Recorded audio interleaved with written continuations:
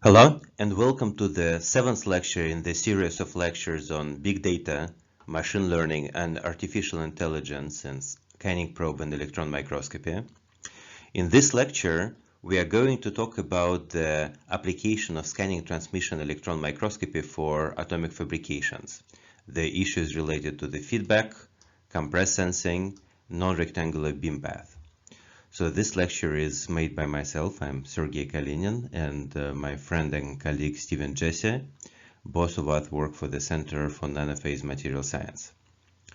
So the first question you may ask is, why atomic fabrication? So there is a very famous statement by Feynman about, if I cannot make something, I cannot understand it. So if we want to understand the world on the atomic and quantum level, we really need to learn how to make the quantum structures.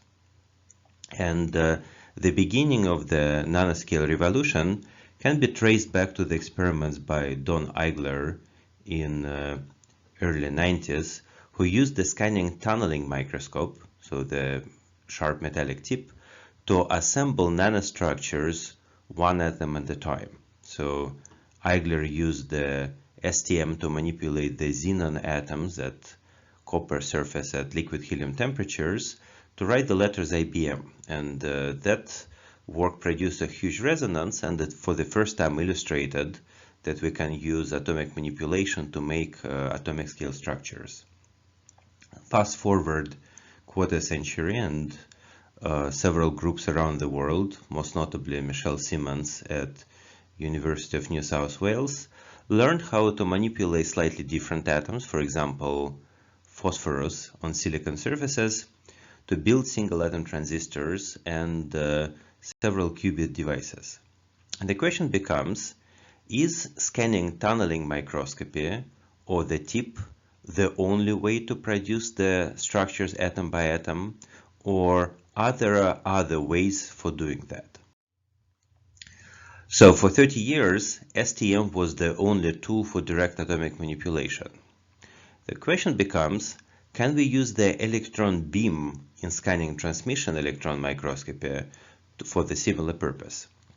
So in this lecture, we are going to talk about several directions relevant to this E-beam atomic fabrication. So we are going to briefly look at the electron beam effects in solids.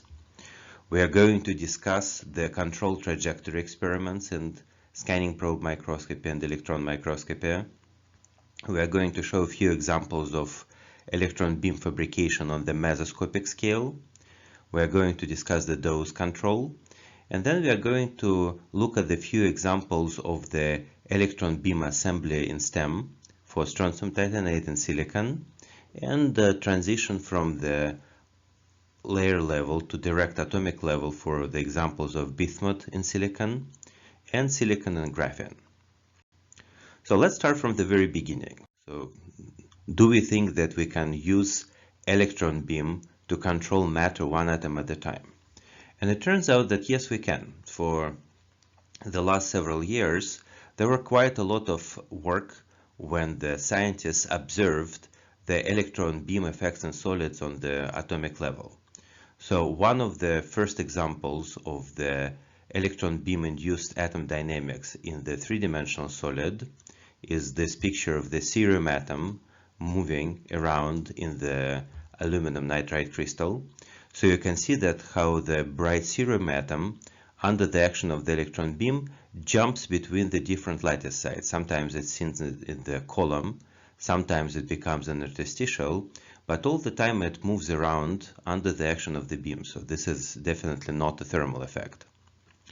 Much more common are the observations of the atomic dynamics in the 2D materials. So the nice thing about 2D material is that we essentially have only one layer of atomic units, and under the action of the electron beam we can see how this material starts to decompose. From the point of view of the electron microscopists, this process of course is a problem. We want to have a stable imaging. But from slightly more general point of view, we see something truly exciting. We see how, in this case, the electron beam kicks a sulfur atom one at a time, and the point defects form, and then point defects aggregate to form extended defects, and then we observe the nucleation and formation of the second phases. The third example is this rotation of the silicon trimer in graphene. So you see the collection of 3 silicon atoms that under the action of the electron beam starts to rotate. And the question we can ask is, can we make this phenomena controllable? For example, for our cerium atom jumping around in aluminum nitride, can we make a jump where we want and maybe stick to another cerium atom to form a dimer? For this tungsten sulfide decomposition, the question becomes, can we create the sulfur vacancies where we want them to be and cause the material to form the reduced phase in some ordered arrangement? For the silicon trimer example, the question is, can we turn rotation on and off? So the question is, what do we have to do to transform the electron beam induced dynamic on atomic level from curiosity to something truly useful?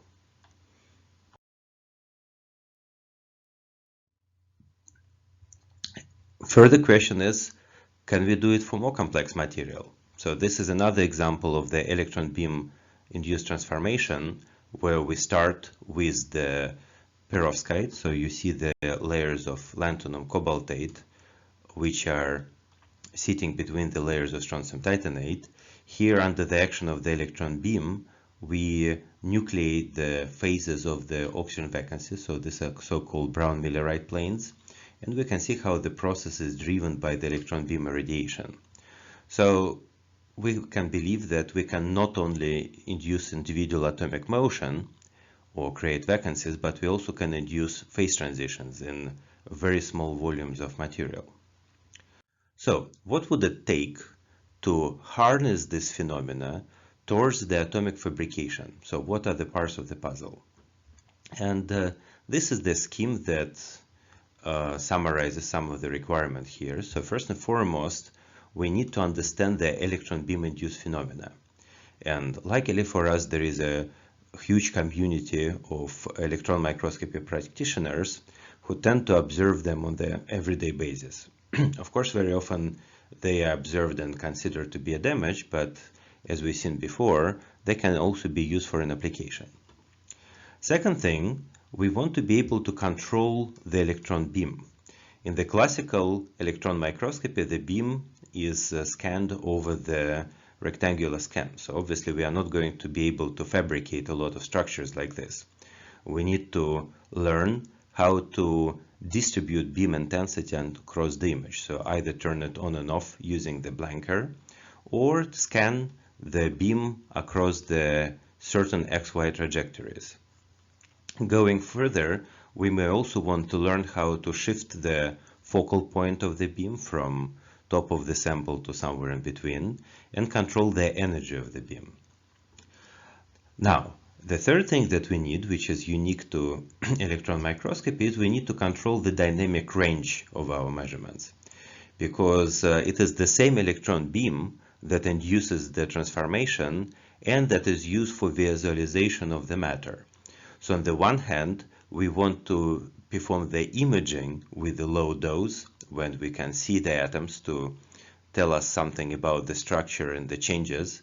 And at the same time, we want to perform the measurements with a high electron dose in order to induce the transformation. And this is where the compressed sensing and low dose imaging come into play. Fourth thing that we need is the feedback. So the beam-induced phenomena in the electron microscope can very often be stochastic. It is not always the case that we have one-to-one relationship between the beam exposure and the induced changes. So ideally we want to use our beam to modify the material, look at the changes, and depending on these changes, perform the second set of irradiation. So in other words, we want to have a feedback. And I will show you an example of the feedback based on the rapid image analysis. And finally, we need theory. So interestingly enough, electron microscopy community have developed a set of very powerful theoretical tools to understand the changes in the electron beam once it passes through the solid. So this is absolutely necessary because this is basically the image formation mechanism in STEM. How do you form the atomic structure image? If you calculate losses, how do you form the yields data? But the beam-induced changes in solid are relatively less explored. So the knock-on effects are sort of understood. How the knock-on effects are interacting with the assisted with the phonons is understood to some extent, but more subtle phenomena such as ionization damage, the electron beam exciting of the local molecular states and the induced transformations, and so on and so forth. This is something that has been tackled theoretically only very recently or not at all. Now, the important thing is that the theory, of course, is extremely helpful, but at the same time, there is a lot of things we can do purely phenomenologically. If we have examples of beam-induced transformation, if we can control the beam, if we control the dynamic range, and if we can engender the feedback. So let's look at the several examples. So first of all, can we even control the beam trajectory, right? So once you have the electron microscope, it comes with the prepackaged scanning mode. It turns out that Steven and I have been working on the control trajectory scanning for quite a while. So about 10 years ago, when we were sitting firmly in the scanning probe microscopy field, we acquired at that time new controller system, which allowed us to program the beam path in SPM. And what you see, and of course at that time everything was done using relatively simple tools, so we have a software designed in the MATLAB environment. But what you see here is the example of the surface of ferroelectric relaxer, and we basically told the AFM to scan the surface not along the classical rectangular path, but following a predefined path that's shown here. And then we collected the image and visualized the image where the data was collected firmly only in the shape of this domain here. So we published a nanotechnology paper, adaptive probe control and scanning probe microscopy. And at that time, we used this approach to explore the geometry of the interfaces. So our logic was that if we want to understand the interface, we really need to scan only across the interface and use our tip to follow the interface rather than scan the whole surface. So it worked remarkably well, and you can read more about it in this publication. So that was 2009.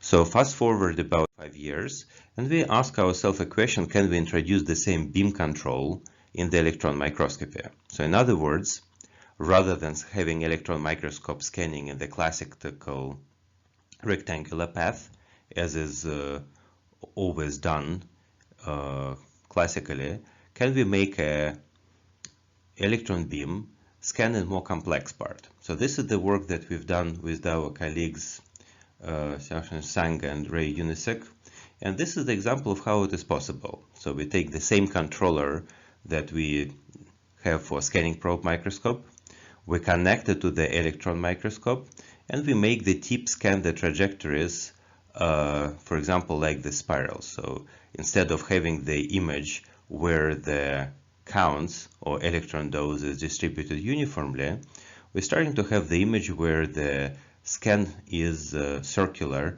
and the most of the dose is concentrated in the center of the image. So that was interesting, and we believe at that time that this beam control can be extremely useful for optimal information collection. So we can collect more information about the objects that we're interested in, such as defects, and use it for spectroscopy. We can use it for adaptive trajectories for tracking atoms, and we can use it for nanofabrication. So you can read more about this work in this publication in Scientific Reports and Advances in Structural and Chemical Imaging. And the question becomes, can we use this beam control for something more interesting? Again, here the example comes from the scanning probe microscopy. So when I was a graduate student from 1998 to 2002, I worked quite a lot with the scanning probe microscopy technique called piezo response force microscopy, and the PFM lectures can be found on the same YouTube channel. So the nice thing about the PFM is that you get to image ferroelectric domains in materials, but you also get to use the scanning probe microscopy tip to switch polarization up and down. So you get to write polarization and you get to read polarization.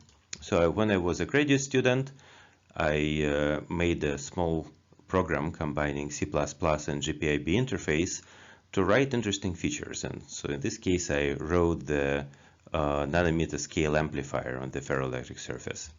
Or I can use the same program to take my own photo and make a lithography of myself on the surface. And it turns out that I can even use the electrochemical reactivity of the ferroelectric surface, or to be more precise, photoelectrochemical reactivity of the ferroelectric surface, in order to deposit silver only where the domains are bright. And basically, what it tells me is that I can use the tip to manipulate the surface reactivity and then use light to create the nanostructures.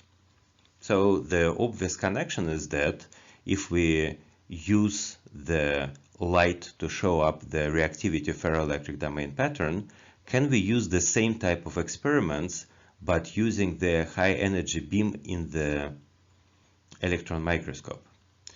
So if we can control the beam path, yes we can.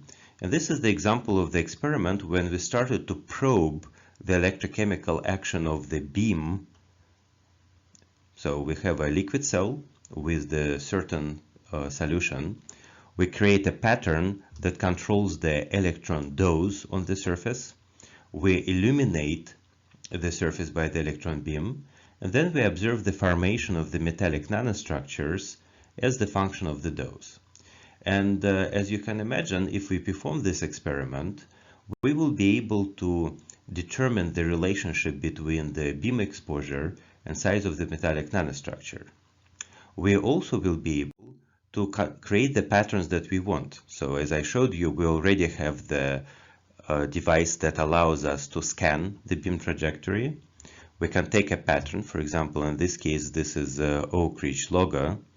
We can scan our beam following this logo, so we illuminate by the beam only the bright regions and we don't illuminate the dark regions. And we create the metal deposition in the form of the Oak Ridge logo. So this is, of course, a relatively large-scale structures. They are about 100 nanometers aside, but they show you the example of how the electron beam control allows us to directly create nanoparticles from liquid.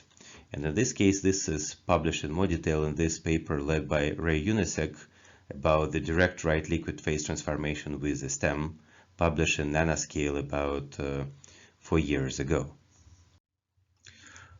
So this is interesting, but imaging in liquid obviously has some limit on the resolution. So our beam spreads quite a lot in the liquid medium. And the question becomes, can we perform similar experiments in solids?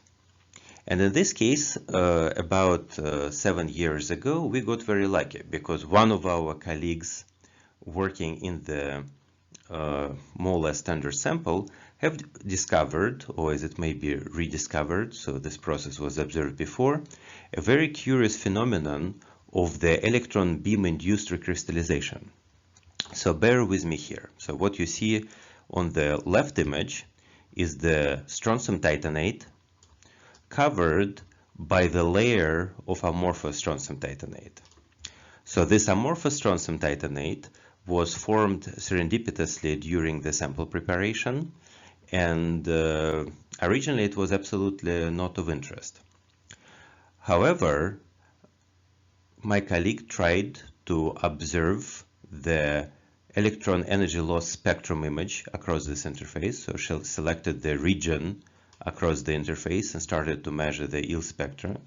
And she observed that during this process, the strontium titanate started to nucleate and grow over the beam illuminated region. So if you continue the process, you can see how the strontium titanate crystallizes in the form of this kind of stalactite type structure. So basically what we see here is that the electron beam activation of the interface between the amorphous strontium titanate and the crystalline strontium titanate leads to the recrystallization of the strontium titanate. So it basically starts to grow like a solid state epitaxia. And the question becomes, can we do something useful with it? And the answer is yes, we can, because we already have the machinery, or as it may be, that was the time when we actually started to think about creating this machinery. Notice this is a 2015 paper.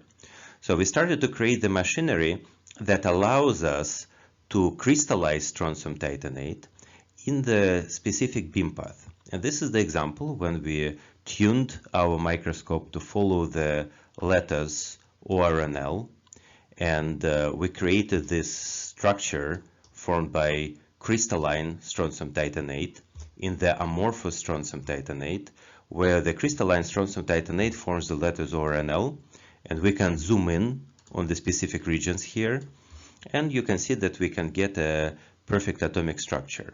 So in some sense, this is the smallest 3D printed object, so it has the size of few tens of the unit cell. Of course, we have it in the amorphous matrix, so ideally we would think about the ways to remove the amorphous materials and make it freestanding, but that's really exciting. So we start to gain the control of the solid with the single unit cell precision. And you can read more about this work in these two publications. So one is 2015, Atomic Level Sculpting on Crystalline Materials. So this is now a patented technology. The second is the direct right liquid phase transformation with SPM. So here the patent is still pending. But the next question becomes, can we control this process better? With the strontium titanate, we got very lucky because we were able to establish the interval of the conditions when the electron beam induces crystallization where we want and nowhere else. In general, it doesn't work that well. So we realized that the next step that we need to accomplish is to learn how to control the dose during the electron beam imaging.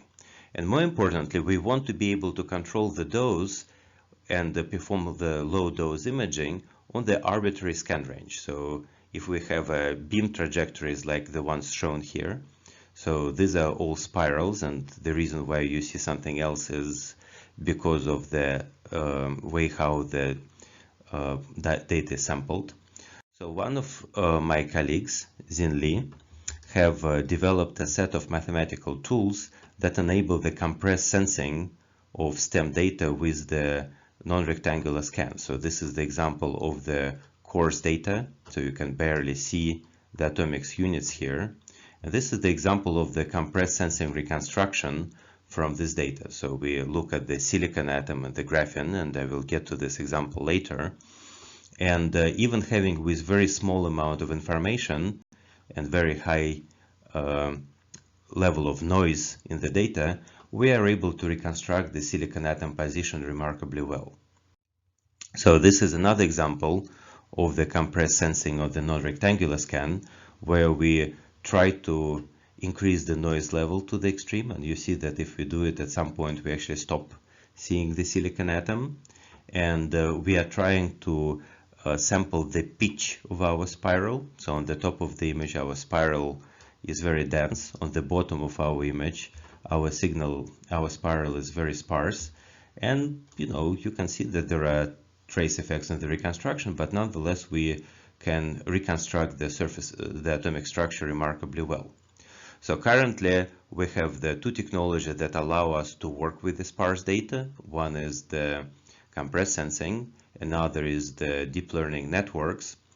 We are experimenting with the third paradigm for doing it, things like the Gaussian processes, but there are some speed issues there. But nonetheless, the important thing is that this compressed sensing approach allowed us to drastically increase the dynamic range of our microscope. We can use a very low doses, such as the one shown here, and get more or less reliable imaging, and we can use the high doses to manipulate material. So that is a really important step here. And so this is the tour de force example when we have extremely sparse spiral, and we can still get the atomic level reconstruction that shows us something in the image. And you can read about it more in this publication in Microscopy and Microanalysis. So this is something published in 2018. Now, what can we use it for? So we have now this machinery. We have compressed sensing tool. We have the motion of the beam. So what can we create? And from the get-go, we set our eyes on a pretty high-level target. So strontium titanate is the wonderful material. It has a lot of useful properties. It's used quite a lot in the oxide electronics, but this is not the main material for the electronics. So as my friend Steven said, we have a silicon valley, but we don't have a strontium titanate valley. So the question was, can we use the electron beam to fabricate silicon? So the question becomes, can we use the same approach for the strontium titanate? What if we have a crystalline silicon, we deposit the amorphous silicon on top of it? So it turns out that one has to be reasonably careful because amorphous silicon is pretty difficult to keep clean. And then we irradiate this material by the electron beam. Are we going to be able to control the crystalline state of the solid? And it turns out that yes, we can. So this is the example of our silicon, amorphous silicon. We expose the surface to the electron beam, and you can see that the silicon starts to crystallize and grow compared to initial boundary. What is more interesting is that under certain conditions we can induce the reverse process. For example, if we slightly change our beam condition and focus our electron beam in the selective area, we actually start to amorphize the silicon going back to the amorphous state. This is actually extremely exciting because that means that the structures can not only be added, but they also can be subtracted. So we can go both from crystalline to amorphous and from amorphous to crystalline. Of course, the problem is that the process is pretty complicated, and at this point we cannot control it very well, but proof of principle is actually extremely important. In this case, the intensity of the Fourier transform is going to be 0. Now imagine that we shift our scan line and now scan inside the crystalline solid. So in this case, the profile looks like this, and the Fourier transform correspondingly has peaks corresponding to the atomic periodicity. If we do things this way, that means that the intensity of the Fourier transform across the line is the measure of the crystallinity of the solid. And now imagine that we start to scan our material inside the solid, and we shift our scan line while looking at the Fourier transform. So if we begin inside the crystal, the magnitude of our Fourier transform is going to show peaks each time we scan across the atomic row. Once we reach the boundary between the crystalline phase and amorphous phase, our intensity of the Fourier transform is going to drop. So what we do in this case is we stop the motion across the slow scan axis, and we wait until under the action of the electron beam the material crystallizes on just one unit cell level. And once it crystallizes, we can shift our beam to the next atomic level. So in this way, we use the active feedback in order to form the solid one atomic plane at a time. And you can read more about this idea and its implementation in this paper in Nanotechnology in 2018. Now, this is a wonderful idea. Does it work? And the answer is yes, it does. So this is the example of our amorphous silicon on the crystalline silicon. So crystalline silicon, amorphous silicon. We start to perform our beam scanning using this feedback, and you can see that we have formed the rectangular protrusion of the crystalline silicon. So we can zoom in on it and see that it can be resolved with the atomic resolution. and we can look at the shape and we can play with the current parameters. So in one case, for low currents, we have a relatively poor crystallized structure. For higher beam parameters, our crystallization can be much better. But the important thing is that we control the crystallization of amorphous silicon with the single unit cell precision, and we can form the structures that we want. So in this case, we create the structure which is about 6 nanometers in size. While we are doing it, we noticed a very interesting phenomenon. So this is a slightly different sample of the silicon, which this time is doped with bismuth. So we have a crystalline silicon, we have a bismuth layer, we have a little bit of crystallized silicon on top, and then we have an amorphous silicon.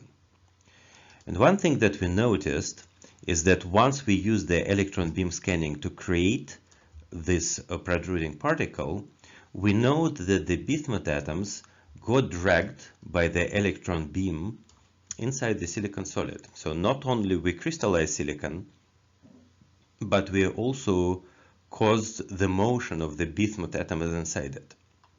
And the question becomes, can we somehow control this process? So can we move the bismuth atoms at will? And do we really need to crystallize that?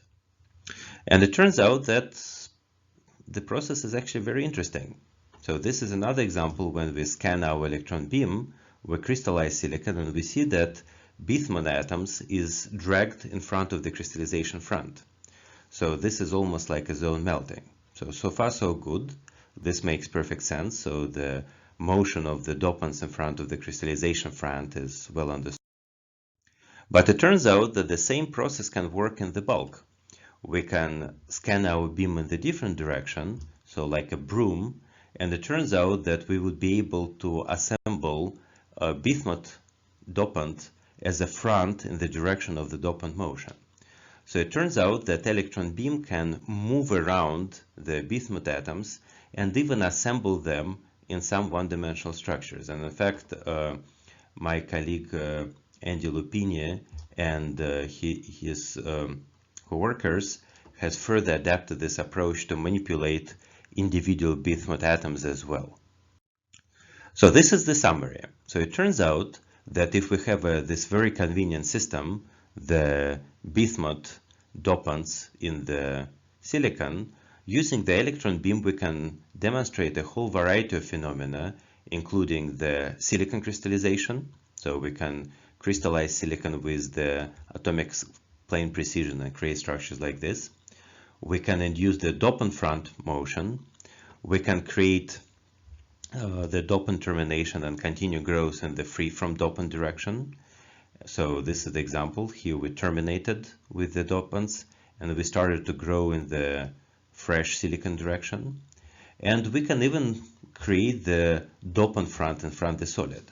And this part is really important. It means that electron beam can induce both motion and crystallization, and the electron beam induced motion of the dopant atoms can be separated from the crystallization. So we are getting to the point of true atomic scale manipulation. The question is why? So answer is, as usual, as often as it is complicated. So we try to simulate this process by the molecular dynamics when we assume that the electron beam just provides some temperature or some effective excitation. So it turns out that it is possible to simulate this process, and but we really need to understand more the nature of the electron beam induced excitations inside the solid. And you can read more about this research in this paper published last year, interestingly also in the Nanotechnology. But then the question becomes, can we perform this fabrication on the level of the single atom rather than atomic fronts, and can we somehow simplify the system? So once we work with the three-dimensional materials, that's obviously very important for applications, but at the same time we are never certain about the position of the atom in the z direction, so we don't know whether it moves up and down within the solid. So in order to simplify the system, we decided to go to the two-dimensional material. So in this case, we have essentially only one atomic level, and it's also pretty much easier to get the atomic resolution. And this is the example of the work done by my colleague Andre Dick, which at that time was a postdoc at ORNL and now has become a staff member. So Andre worked with the graphene, so this is everyone's favorite magic material. And it turns out that graphene, by the nature of this preparation, tends to have a lot of contaminations on the surface, these white blobs. And this contamination creates silicon.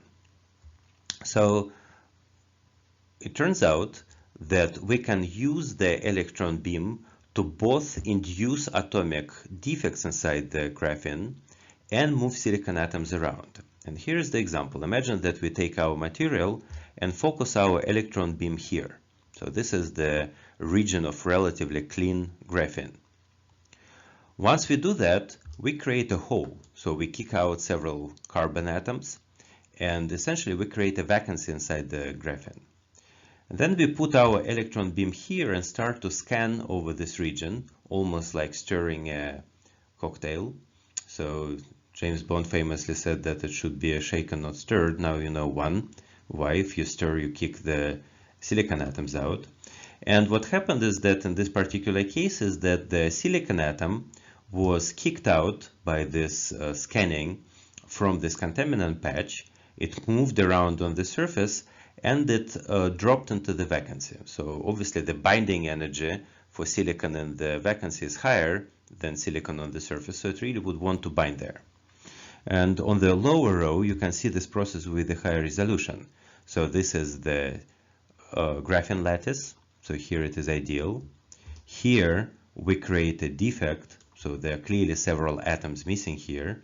And here we dropped silicon and we formed the controlled atomic structure. We create a substitutional silicon atom and graphene by removing carbon atom and adding silicon atom.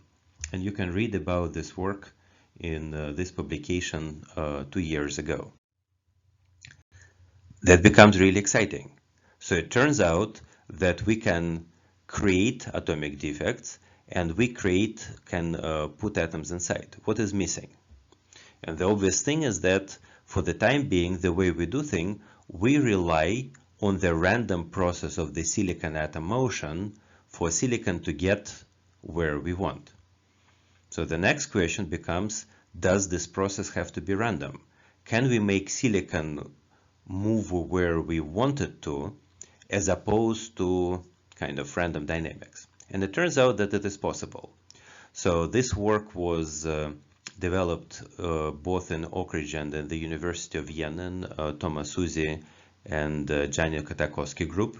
So probably almost parallel in time.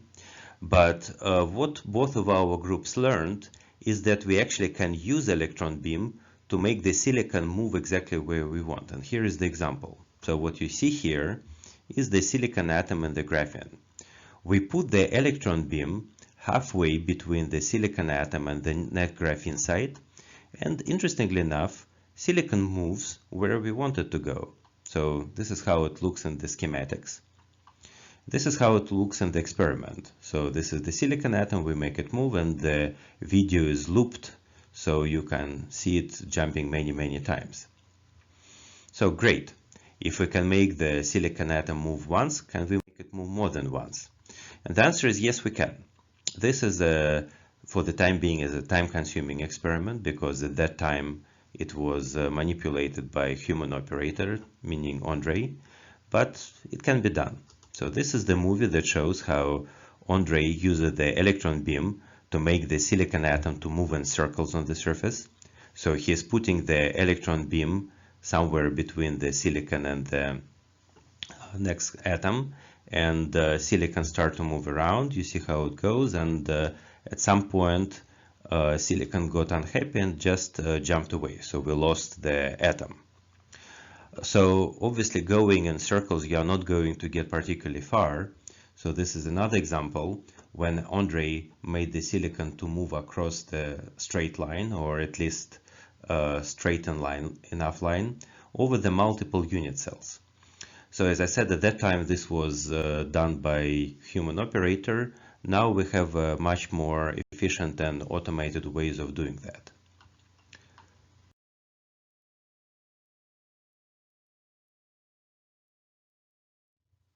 Now, what can we do with that? And the answer is that if we can make silicon atoms move around, maybe we can make silicon atoms to come close to each other and start assemble structures one atom at a time. And it turns out that yes, it's possible. So this image shows the sequence of events when we try to assemble simple structures out of the silicon atoms and graphene. So this is the example when we create a dimer. This is the example when we make this dimer move and create the additional set of carbon vacancies next to it.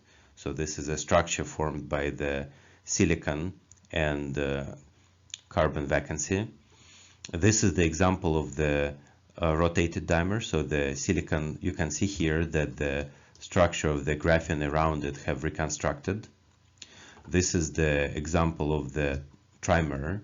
This is the example when we removed one of the silicon atoms. So, and the binding of the carbon network around it have changed. This is the case where we created a trimer. This is where we created a tetramer, which is kind of supported by the graphene. And we can experiment with it further.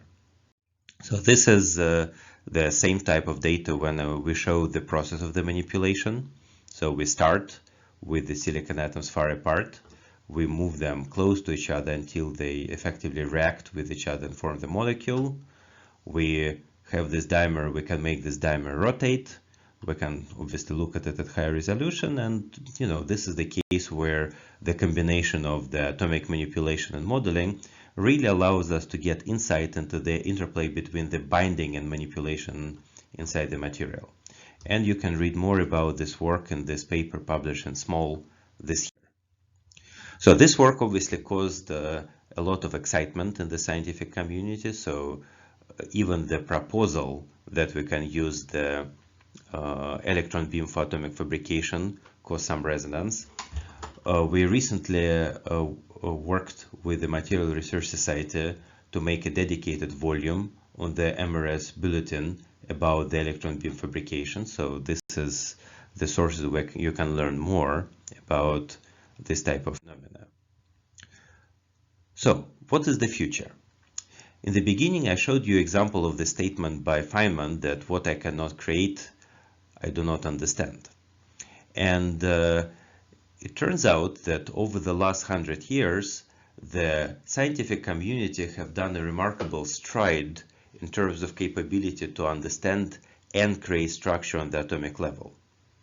So this progress started with about 100 years ago with people like Bragg and Ernst Ruska, who created the scattering methods, which allowed us to study the properties of materials on average, and electron and probe microscopy. And electron and probe microscopy have shown us where the atoms are in the real space. So currently, both electron and scanning probe microscopies allow us to visualize the atomic dynamics. So I show you this example of the moving trimer by Andrei, but there are many more observations like this.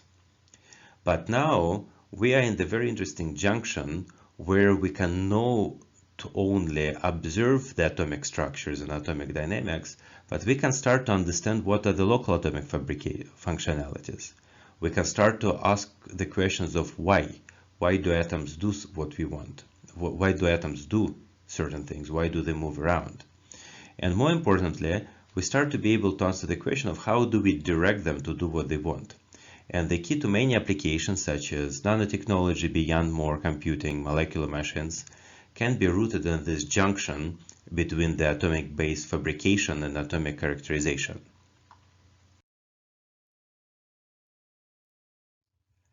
Now, you can read more about this work in a set of recent publications. So Andrei have recently published the paper in MRS Bulletin on the self-driving microscope and atomic forge. We have several papers on the variable voltage electron microscopy atom by atom fabrication and e-beam manipulation of silicon. You can read about the fabrication in three-dimensional material used in the second set of publication by Stephen, myself, and our colleagues. And stay tuned. So this lecture completes the set of the historical lectures, so the work that was done over the last decade and a half. And the next lectures would be dedicated to much more recent work. So the advances in the electron and scanning probe microscopy that are brought about by the deep learning, how we can use the libraries of the defect, how we can learn physics from the electron microscopy and scanning probe microscopy data, and much more. So thank you and stay tuned.